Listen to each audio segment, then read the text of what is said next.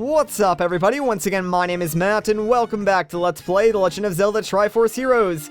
In the last episode, we started Riverside and completed the first two stages. In this episode, well, we're going to continue on with the Riverside area and hopefully finish up the remaining two stages. So, let's get going and jump back into World 2. Looks like we're going to start with the Cove of Transition, and hey, check it out, there's a new item, it's called the Grip Shot. That actually makes me feel a little bit better because I was contemplating going back over to Madame Couture's and creating the outfit that allows you to have like a bigger radius when using the water rod. But apparently not doing that was a good idea since, you know, we won't even be using it in this first set of stages. I mean, we might use it in like the second set of stages. I don't really know, but who knows? Maybe it won't be as necessary as I thought it would be. Alright, so this is the Grip Shot. It's pretty much just a clone of like the claw shot or the hook shot, long shot, whatever you want to call it. It has like a million different names in the Zelda series, but more or less it all does the same exact thing. That being said, I wonder if there is a costume that does sort of upgrade the Grip Shot's ability. I don't really know what they could do with it though, like it shoots out pretty fast already, so I doubt they would speed it up. And the only thing really that I think they could do is lengthen like how far it shoots out, but it doesn't seem like that would be that helpful. So maybe there just like isn't a costume that really does anything with the Grip Shot. I mean, it doesn't really matter either way. I am going to do my best to try and show off as many costumes as I can, but here's the thing. Since I am playing single player, I'm only getting one material like every 4 stages, so it's not exactly going to be an easy process to get all the materials needed to create some of the outfits, and some of them require friendly tokens, which of course isn't exactly the easiest thing to get. Like, I still have a way to get them because I do own 3 different 3DSs, so I could like grind with myself to get them, but it's still going to take a while, I would imagine. So we might not get to show them off like in this first full playthrough, but I probably will make like a bonus video showcasing all the different costumes and their unique abilities. So that might be something to do in the future, and maybe that can be something that you guys can help me with by, you know, playing online mode, because I've been thinking about that a lot recently. I've been getting a ton of comments about you guys like expressing interest in playing with me online mode, so I'm gonna try my best to make that happen at some point. But at the same time, it might be after like this LP has taken place, because I really don't want to get ahead of myself and like spoil the game for me.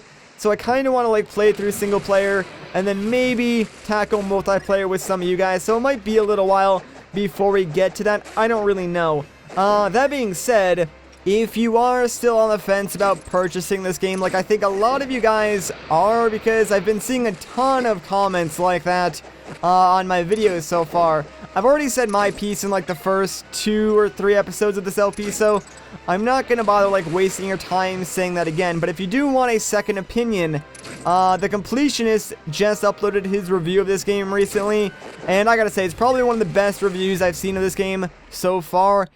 He really like hit the nail on the head, and I pretty much agree with everything that he said in his review. So if you do want to check that out, if you're like on the fence about buying this game and that interests you, look up That One Video Gamer. That's the name of his channel. I'm sure you could find it by just searching up The Completionist and listen to what he has to say. Now, his review does contain spoilers, but there is a way to skip over them in the video, and he does warn you beforehand, so you can still watch the review spoiler-free if you so desire. Now, from his review, I did learn that single player is essentially hard mode in this game, so yeah, I'm looking forward to these later stages then, because apparently the difficulty does ramp up quite a bit. And I'm looking forward to it, because right now the game is kind of easy. Like, we've been able to solve most of the puzzles without like too much trouble, and I'm really happy about that, because me getting stumped on one of the earlier puzzles is kind of embarrassing, since my entire channel is like sort of built up on the premise that you can use my videos as a guide to beat the game. So if I got like stumped on a pretty easy puzzle, at least for me, I would feel kind of bad, since my main purpose, or at least one of my main purposes when making these videos, is to help you guys out. So yeah, at least if I get like stumped on a puzzle later on in the game, I'm not gonna feel nearly as bad. Looks like we're pretty much at the end of this stage already, though, so pretty quick. I don't know, I like that mechanic. You know, stealing some stuff from A Link Between Worlds, how you can use, like, your hookshot or whatever to move the raft along the water by grabbing onto different posts or hooking onto different things, so kind of cool. And can I get that rupee? I think I actually need to use, like, totem time to reach that, so come over here, other links. I have need of your bodies very quickly. Might as well get Red Link over here, too, just because, well, after I grab this, we'll probably be done with the stage. Alright, there we go. But yeah, I'm trying to collect as many rupees as possible since, like, rupees play a huge role in this game. You can use them to buy materials from the shop, which, by the way, this shop is very, very expensive. And also, you need rupees to just generally create some of the outfits anyways. So you're going to want to collect as many rupees as you possibly can. And, oh yeah, I kind of forgot this is actually the boss stage. And what am I supposed to do here? Because this guy is moving, like, way too fast. Okay, I see. Basically, just, like, hit him twice with the grip shot, and I guess that'll stun him before he gets back into his little clown car rip-off thing and flies around. These guys weren't A Link Between Worlds, but, like, they did not go back into their weird shell thing that quickly. But, yeah, like I was saying, rupees play a huge role in this game, and something you should know if you plan on playing multiplayer is that I think when you're inside the stages, rupees are shared with your comrades, but when you're in, like, the main lobby and stuff like that, wow, 50 rupees, nice. But, yeah, when you're in the main lobby and stuff like that, the rupees that you collect there, those are for you only. So, I mean, it's best to, like, help everybody out in multiplayer and try to get all the rupees you can just because you will share them. And speaking of rupees, hello, nice easy 25 right up here. There's probably some more hidden around here somewhere, so give me a second to go look around. And hello, 21 over here, not bad. Okay, that's probably it though, so let's not waste any more time and get out of here. That way, we can get our material and reward for completing the Cove of Transition. I wonder what it'll be this time, so let's run to the chests. And I'm going to pick the one on the left here, so we got ourselves a Zora scale. Alright, not bad. What were in the other ones? Oh, come on, the one on the right had something cool in it. Man, I will never pick the right chest. I swear, I always get the wrong one. I wish there was, like, a outfit that you could wear that would, like, let you see inside the chest before you pick them. Like, a Lens of Truth type deal. That'd be really cool. I would totally wear that all the time. Anyways, though, now that that is done, I suppose we could go back to Madame Couture's, but you know what? Let's not do that. Let's just go back into Riverside and finish up the very last stage. Like, I don't really think we need another costume from Madame Couture, and outside of the costume that upgrades the radius for the water rod, I really don't think she has anything that is, like, necessary or helpful for these type of stages, so yeah, we should be fine without it. In the future, I actually might try and grind up for some of the materials needed to build the costumes that, like, go with each specific set of stages, just so we can use, like, the upgraded version of those items from the get-go. I think that would make this game a little bit easier for single player, and, I don't know, maybe more interesting to watch instead of just using the hero's tunic all the time whenever we don't have a costume that really goes with that specific level. Alright, so I need to get this water rod, but that platform is way too high up. There are some switches though, so hang on, let me get another doppel over here. That way I can throw my red link to the top. And can I actually get on top of the other side? Because I probably need to hit both of those switches at the same time, so let's see. Can I get on this dock looking thing? I cannot. Alright, well, how am I gonna do this? And actually, hang on, can I grip shot onto that, like, weird looking Great Wall? I can. Alright, that makes things a lot easier than, I don't know why I didn't try that to begin with. So yeah, let's set up both of these two links to hit these switches at the same time. This will probably raise the water level. Let's see. No, it raises the platform instead. Alright, oh, you know what? Because right in front of that platform is actually a little tiny drain looking thing, so I guarantee you this is going to raise the water level. Yeah, that's more like it. Sweet. Now we should be able to get that water rod and go on from here, no problem. Cool.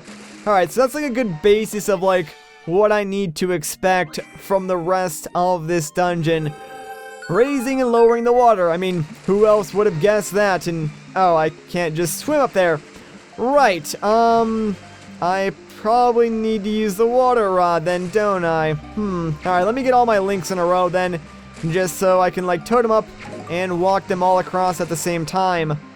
Speaking of the totem, here's a fun fact for you guys. The music in this game is very dynamic, and what I mean by that is it changes depending on what you do. So, when you totem up, you'll notice that there's, like, generally speaking, some chanting, and Nintendo does this a lot in their games. Like, for instance, whenever you get on Yoshi in, like, Super Mario Galaxy 2, bongos start playing in the background and stuff like that. So, doing certain events triggers, you know, different styles of music. That's what I mean by dynamic. And, in this game, it's really, really cool because apparently each combination of totem has, like, its own set of dynamic music. So, like, if you have green link on the bottom, then blue link, then red link, you'll get a sort of tune that is different than if you had, like, blue link on the bottom, then green link and red link. So that's really, really cool, which means there are a ton of combinations for, like, each and every single set of stage music. So that is really,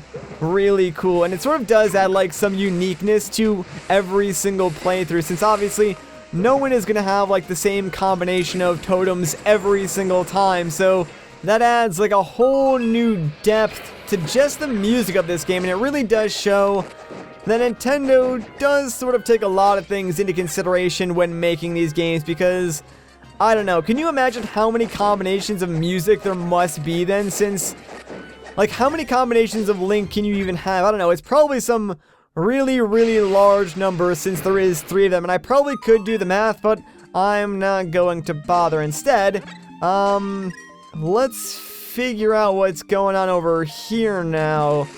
Alright, I probably need all 3 of my links just to get on this platform, so let's get ready to totem up, guys, and see what we can find. We gotta eventually make our way over to that Triforce. It seems like we're probably done with this stage, minus getting to the end, so how are we gonna do this? Oh, you know what I just realized? I have the water rod now. I can totally just, like, make platforms like that.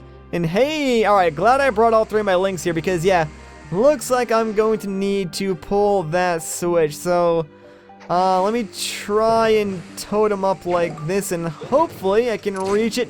No, wait. I can't tell if, like, I clanked or I wasn't tall enough, so hang on. Let me try this one more time. I think I may have just clanked. Yeah, there we go. It worked that time. Alright. Not really sure why I clanked them, because I was kind of, like, aiming at the same spot, so whatever, not a big deal. Looks like we made it to the end of this stage, and our good friend, the money Metroid squid thing, is here, so come on, dude, give me all you got. I want all your money inside you. I think I may have said this already, but one time I did get 50 rupees from that thing, like in the demo. I have not gotten 50 rupees since from him, though, so I'm not sure if, like, it's just random or there's, like, a specific thing you need to do in order to get more rupees from him. Not entirely sure. If one of you guys knows, please fill me in, because obviously I want to get as many rupees as I can. Actually, you know what, real quick, let me get rid of this Octo Rock just so he's not bothering me. And it looks like there are 2 switches over there that I need to press, so let me switch to my grip shot, boys. We can just shoot them over there. Hey, it's like Mario, you know. You pound on the fence, and you get turned over to the other side. Pretty simple. Let's just get Red Link over there, and this will probably unlock the gate. Yes, it does. Cool. Alright, now the problem is, what else do we do in this stage? There's always, like, a bit of recon that you need to do in these stages in order to figure out, like, what's going on here. So that's probably my favorite part of these stages, since, like, that's sort of when you start putting the solution together in your head and figuring out what you need to do. Looks like we have another one of these water switches, so you know what, I guess we could just pull that now. Like, what's the worst that could happen, guys? Probably nothing. So yeah, it's gonna raise the water up, so that's not really that big of a deal. And it looks like we could probably reverse that if we needed to. what is a big deal is these annoying Octoroks. So hang on, let me actually get rid of these guys real quick just so they stop bothering us. Get out of here, man. No one likes you, Octoroks. You're kind of in my way right now, and I really don't appreciate it. Also, yeah, there's one of these grates over here with the flippy panel. So let's send our Link over there if we can reach it. Yeah, there we go. Perfect. Alright, now, what's on this side? Let's see. There's a chest. Alright, let's open this up.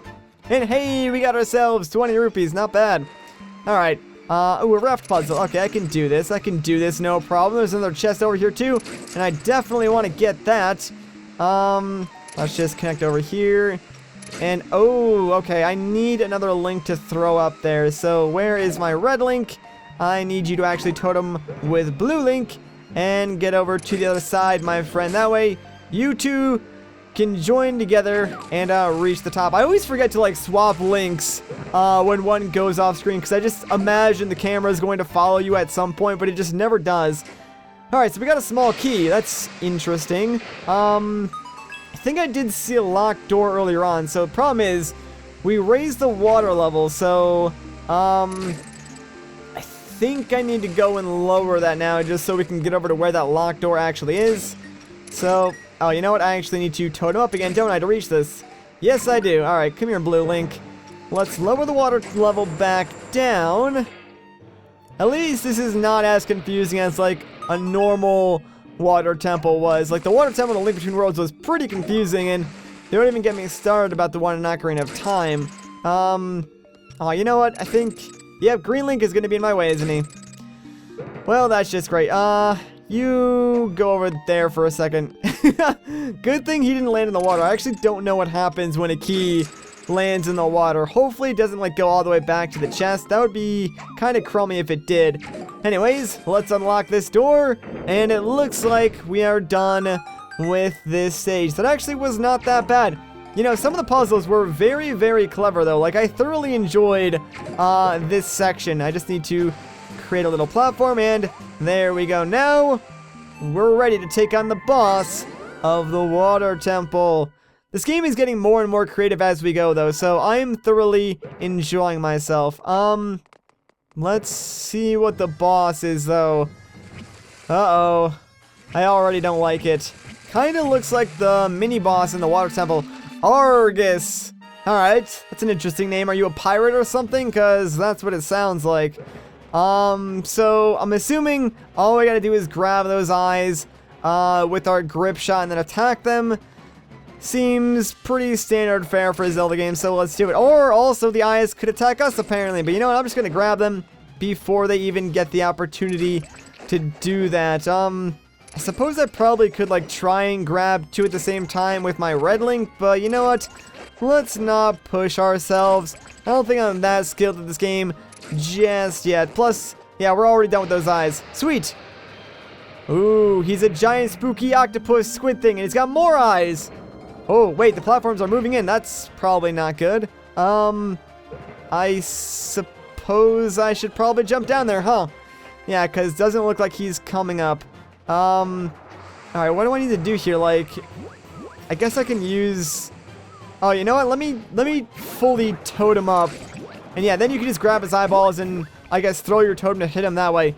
Wow, that is a lot to do for one person, actually. So, I imagine this fight would be a lot easier in single player because they do not give you a lot of time to hit those eyes after you grab them. I can try and, like, go max distance with my grip shot to, like, give myself more time. Yeah, that's probably what I'm going to have to do, but... Jeez, man, the circle pad is so sensitive, I swear, it's way more sensitive than in A Link Between Worlds. I could just be making excuses, I don't really know, but, it certainly feels that way.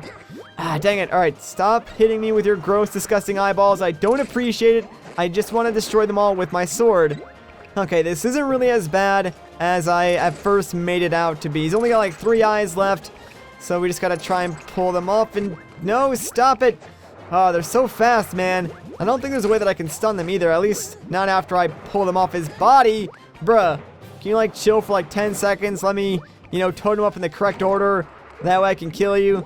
I mean, you don't gotta be rude, dude. Remember, I'm only one person, even though this game was designed for like 3 players, so gotta give me some extra time. But yeah, this boss is way different than what I was expecting. Like, I was thinking of something more in line with the mini-boss from the Ocean Temple in A Link Between Worlds, like that thing with a ton of eyes in that room with the walls that kept, like, closing in and opening back up. That guy. But, this is entirely different, which I'm totally okay with. Like, I'm glad that they didn't just, like, reuse bosses from other games. Like, they totally took inspiration from them, but didn't just like carbon copy them, so that's pretty cool. And can I just have your last eye, dude? Like, stop hanging on. You gotta learn to let go. There we go. Alright. And of course he has one central eye. Alright, so do I just like hit that? Well, apparently I do. Sweet. Now let's deal some damage. Haha. Alright, so I guess this is pretty easy now. And oh, dang. I have no idea why that did not work, because I thought I totally hit him in the eye there. There we go. That time it worked. Let's deal some more damage, and could this be it? No, no, it's not. Never mind. Well, that was pretty anticlimactic. Come here, dude. There we go. And this is definitely going to be it this time, right? Come on, I can do it. I believe. Yes, there we go. But, I do have a question for those of you who play multiplayer. Does Nintendo increase the boss's maximum HP depending on like how many real players are actually playing the game? Because if they don't, I imagine a lot of these bosses would die very, very quickly if all three Links were actually like dealing damage at the same exact time, because that'd be 3 times the amount of damage that I can deal in single player. So I have to wonder if like Nintendo thought about that and like balanced the bosses accordingly. I don't know that they would, though, so yeah, someone should definitely tell me in the comments. Not really sure how you would figure that out, though. Alright, let's pick the middle chest. We got ourselves some Hytopian Silk. Well, that's kind of normal, I guess. And, oh man, the one on the left had the cool thing this time. I was actually going to pick the one on the right, so, I mean, either way, I would have gotten the Hytopian Silk and not the cool thing, so that figures. Alright, but with that, another stage down, and we have completed another world, and I keep forgetting to take photos. So weird. Whatever, not a big deal. Oh, and you know what else I just realized? We did not get a part of the ladies ensemble, which I guess makes sense. Like, I figured they wouldn't give you all 3 parts this early on in the game, because then you probably would be able to beat the game. Anyways, though, that's a good place to end off this video. So if you guys enjoyed this part, a like rating would be greatly appreciated. If you want to see more, consider subscribing. But once again, guys, my name is Matt. Thank you so much for watching, and I'll catch you in the next one.